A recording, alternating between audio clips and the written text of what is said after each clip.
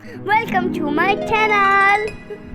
अस्सलाम वालेकुम प्यारे बच्चों। आज हम सीखेंगे जानवरों के नाम। इसको कहते हैं बंदर। ये है घोड़ा। इसको कहते हैं गाय। प्यारे बच्चों, ये है ज़राफ़ा। बकरी, शेर, ये है तितली। इसको कहते हैं तेंदुआ। ये है भेड़। पांडा, ये है प्यारी सी बिल्ली। और ये है ऊंट।